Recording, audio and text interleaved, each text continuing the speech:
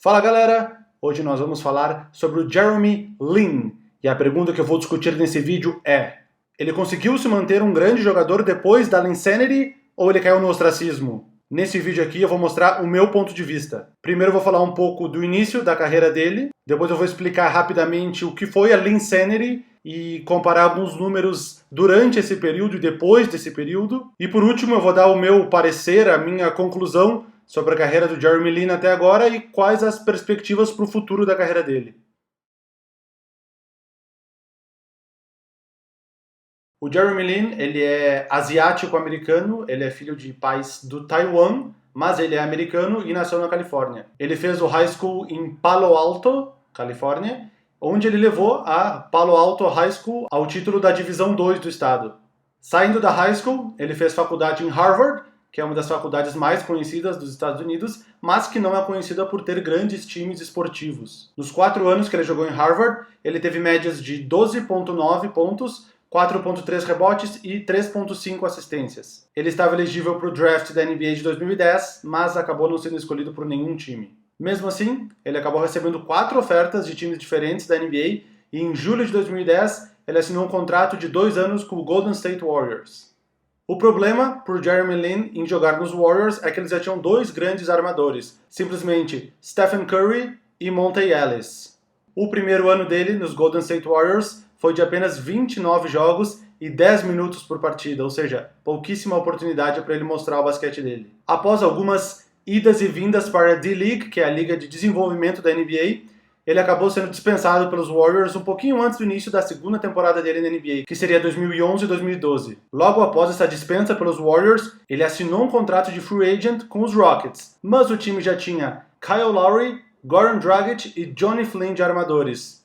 Ele chegou a participar de alguns jogos da pré-temporada com o time de Houston, mas acabou sendo dispensado 12 dias depois de ter sido contratado. Logo em seguida, no dia 27 de dezembro de 2012, ele assinou contrato com o New York Knicks. Ele começou a temporada com os Knicks, sempre entrando do banco de reserva em alguns jogos, mas nos finais dos jogos, até que no seu 10º jogo, ele entrou em quadra e arrebentou com o jogo. E foi a partir desse exato momento que começou a chamada Linsanity.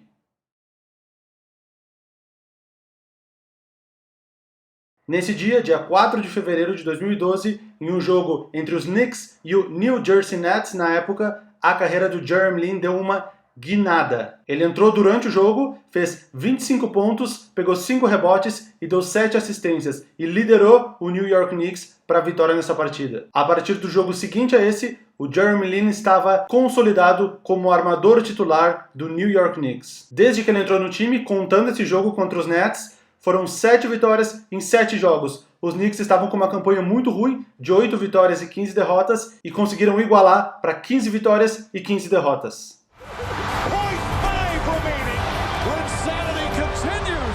Durante os 10 jogos seguintes à promoção do Jeremy Lin ao time titular do Knicks, ele conseguiu 24,6 pontos, 4,1 rebotes e 9,2 assistências. E, inclusive, nesse período, ele ganhou um prêmio de melhor jogador da semana. O Jeremy Lin ele acabaria essa temporada com médias de 14,6 pontos, 3,1 rebotes e 6,2 assistências. E ele também terminaria essa temporada como a segunda camiseta mais vendida da NBA inteira, atrás apenas do Derrick Rose, que era o então MVP da NBA.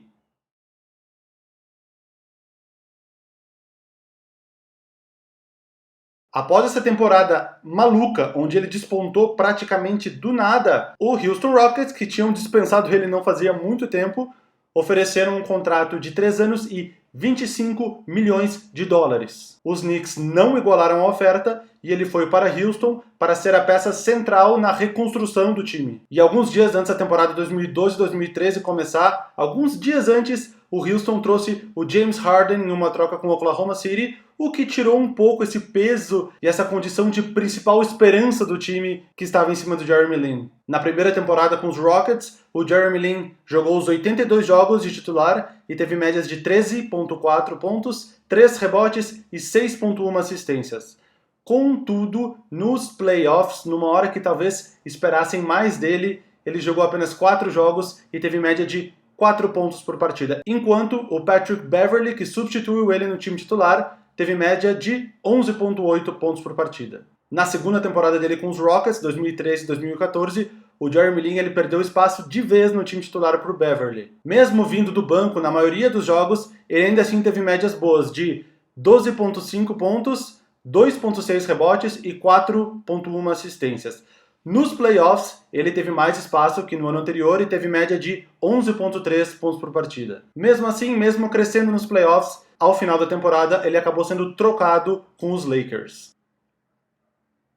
Então chega a temporada de 2014, 2015, ele está nos Lakers, mas o time dos Lakers é muito fraco. Eles acabaram o ano com apenas 21 vitórias e 61 derrotas, uma das piores campanhas da história dos Lakers. Nesse ano com os Lakers, o Jeremy Lin jogou 74 jogos, mas apenas 30 como titular e 44 vindo do banco. As médias dele foram de 11,2 pontos, 2,6 rebotes e 4,6 assistências. Para a temporada seguinte, 2015 e 2016, o Jeremy Lin assinou com o Charlotte Hornets. Ele tinha feito um contrato de 2 anos, mas tinha a opção e optou por sair após o término da primeira temporada. E nessa única temporada, ele jogou 78 jogos, mas apenas 13 como titular. As médias dele foram de 11,7 pontos, 3,2 rebotes e 3 assistências. Para esta atual temporada, 2016-2017, ele voltou a conseguir assinar um grande contrato, coisa que não acontecia desde a época do Houston Rockets. O Brooklyn Nets vai pagar 36 milhões de dólares por 3 temporadas para o Jeremy Lin. Até agora, ele jogou apenas 12 jogos nessa temporada, sendo 9 como titular, e as médias dele até agora são de 13,9 pontos, 3,3 rebotes e 5,8 assistências. Qual a conclusão disso tudo? Muitos falaram em ostracismo do Jeremy Lin após a Linsanity, que dominou o mundo da NBA em 2012. Mas, se a gente for analisar o curso da carreira do Jeremy Lin, não foi bem isso que aconteceu. Após a saída dele dos Knicks entre 2013 e agora em 2016, 2017, ele já jogou 317 jogos, mesmo que por 4 times, com média de 28,2 minutos por jogo, 12,3 pontos, 2,9 rebotes e 4,5 assistências. Em nenhuma temporada ele jogou menos de 25 minutos por partida e em nenhuma temporada ele teve menos de 11 pontos por partida. Que nem eu falei, ele também acabou de assinar um contrato de 36 milhões de dólares. Para alguns pode até parecer que ele caiu no ostracismo se levarem a Linsanity como parâmetro de comparação. Mas, para mim, não há dúvidas. Hoje, o Jeremy Lin é um jogador consolidado na NBA e ainda vai jogar muitos anos de basquete de alto nível. Valeu, galera, que me acompanhou em mais esse vídeo. Eu realmente, do fundo do meu coração, espero que o Jeremy Lin ainda faça muitos jogos. Eu sei que a Linsanity não vai acontecer de novo, mas eu acho que ele tem potencial ainda para dar muitas alegrias às diferentes torcidas de times que ele vem jogando desde então.